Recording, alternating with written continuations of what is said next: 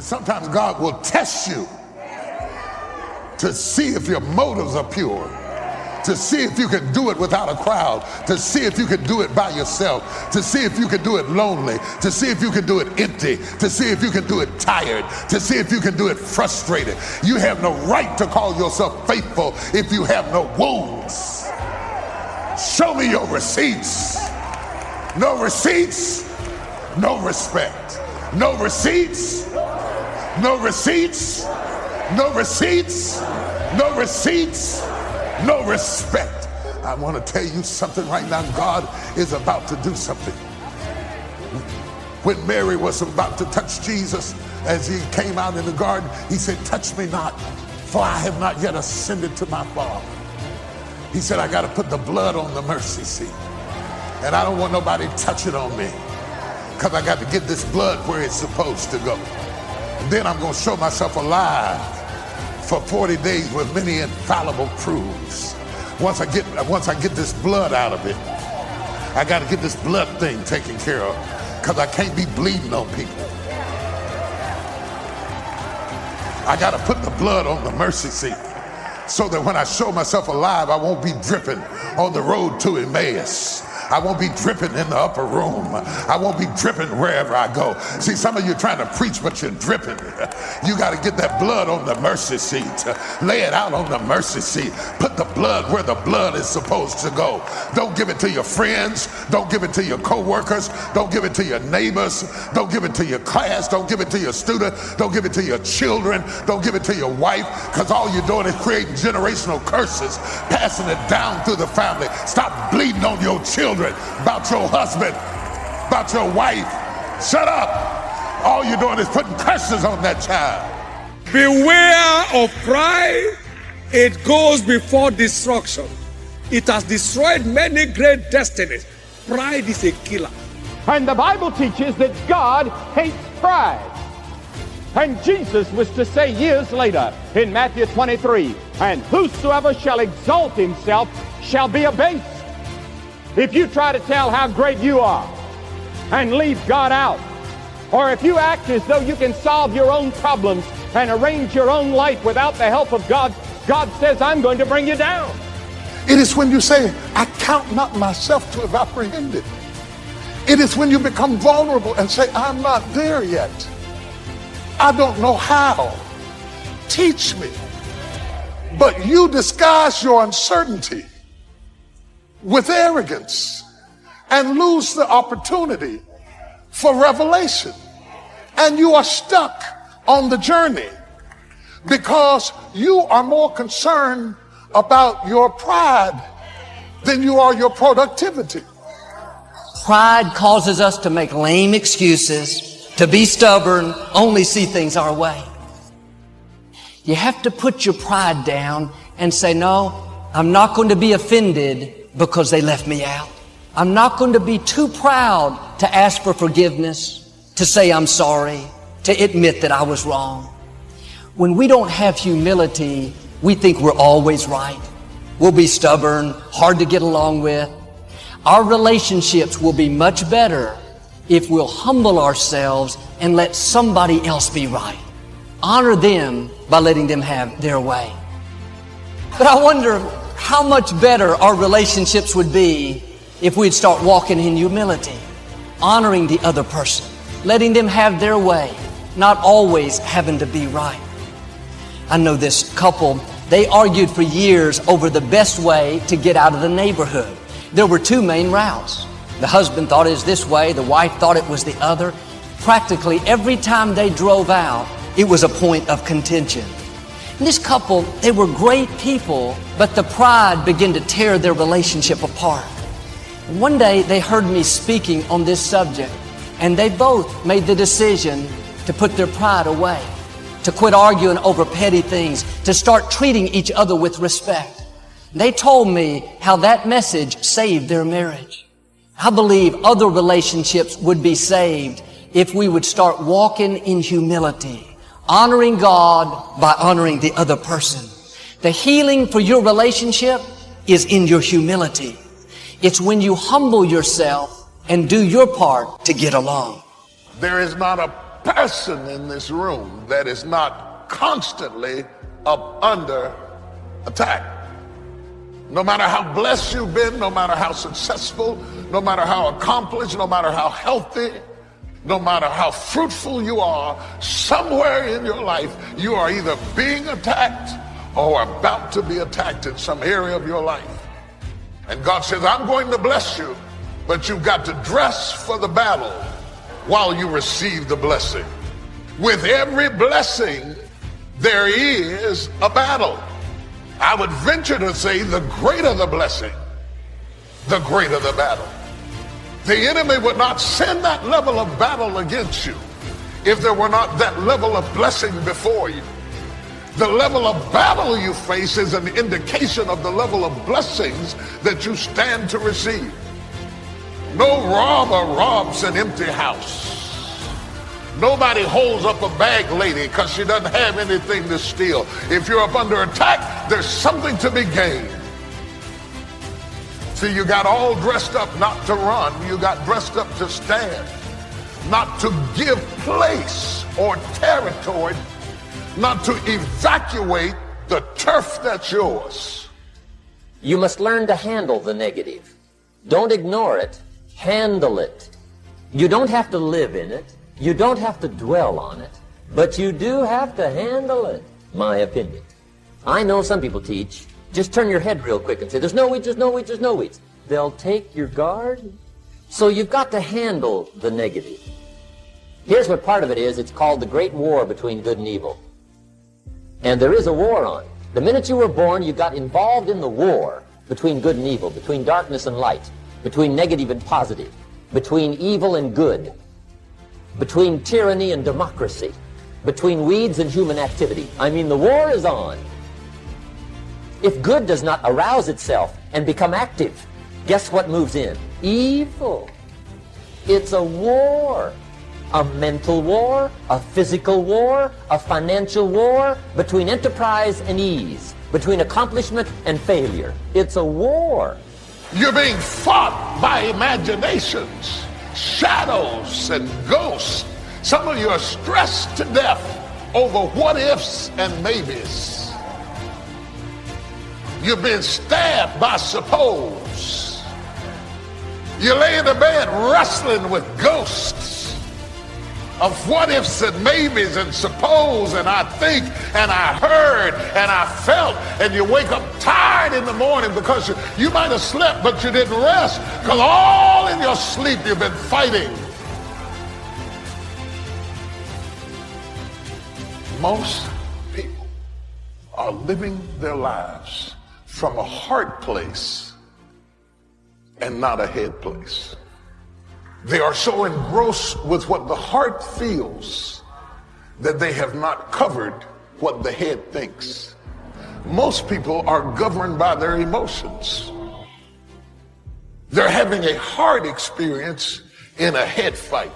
You will never win a battle if you're having a heart experience in a head fight. You're telling the enemy how you feel has nothing to do with what you know. And if you're going to deal with a knower, never approach a knower with feelings. You got to approach a knower with facts. The enemy wants to cut off your head and leave you with feelings. Real decisions that move your life along are not coming out of your emotions, they're coming out of your head. Real opportunities that God would open up for you have to come out of your head and not out of your feelings. There are so many people that are so abstract and they're just moving along from day to day out of their emotions and their feelings. I don't know, I'm just not feeling it today. I'm just not feeling it today. Come back on Thursday. I might be feeling on Thursday. I'm not in the mood for this. I can't handle this. And every time you do it, you're canceling out opportunities. A person who does not function out of their head is a person without government. A person who moves totally out of their emotions is exempt from the greater opportunity than life, because you will forfeit what God has given you because of how you feel. Somebody asked me one time, what quality would I pick if I wanted to work with somebody? And you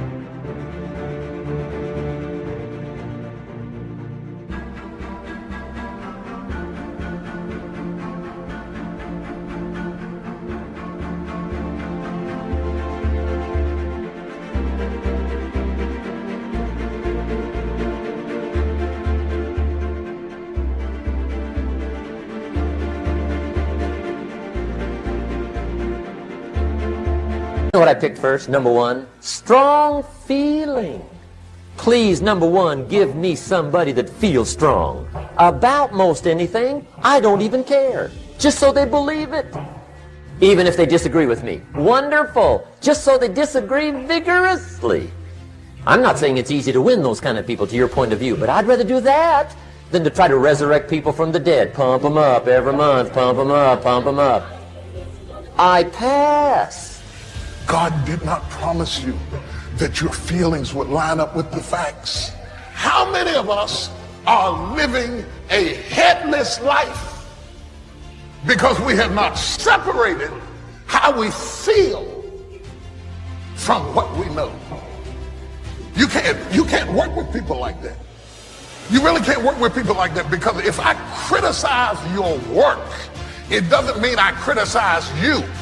And to have to babysit your feelings, when I don't have time to babysit your feelings, I need you to correct the problem and go back to work. It's not personal if you do it right. I know that's culture shock to a lot of you. With everything you've ever gotten, you've gotten out of your feelings. But let me tell you, the devil is not fighting you over your feelings. He is fighting you over your head. He is giving you images and imaginations and threats of disaster.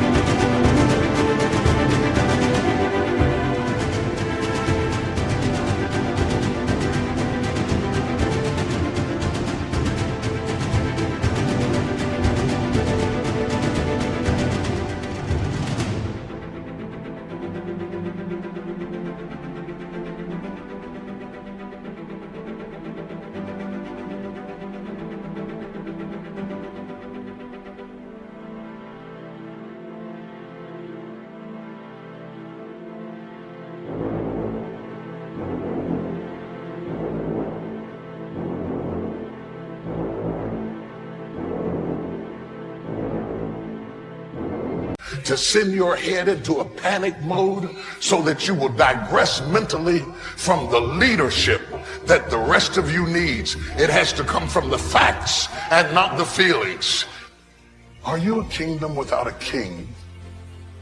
Are you so busy managing the emotional relationships that you have that you don't have the energy to think the thoughts you need to think to go where you need to go? Are you so busy managing your feelings and the people around you and trying to make them feel what you feel and need what you need and want what you want, that you're not making progress in life? The definition of lunacy is to keep doing the same thing, expecting a...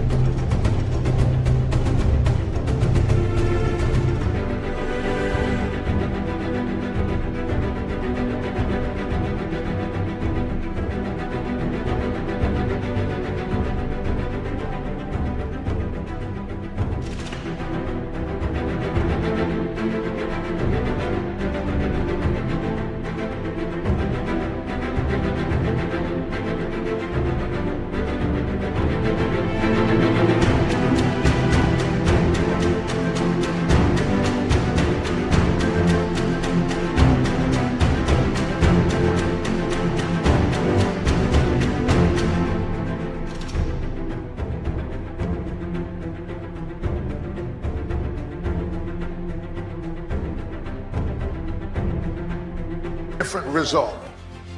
So why are you doing what doesn't work? If flipping out on her isn't working, why are you still doing it?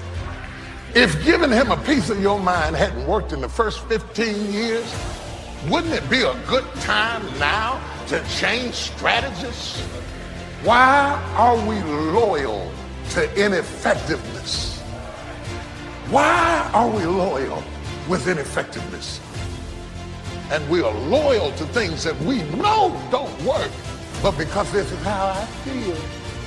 You don't have to force yourself or motivate yourself to think negatively, to be depressed, to hate somebody, to want revenge, to want to get back at somebody, to beat yourself up over the head, to feel loaded with guilt. You don't have to make any effort to do that. Your mind is on automatic. It will do that by itself. The next thing that is important is that expect things to get better for you, because they are. See, life is cyclic. You're not, whatever experience you're having right now, it has not come to stay. It has come to pass. Not to stay, just to pass. It's just going through.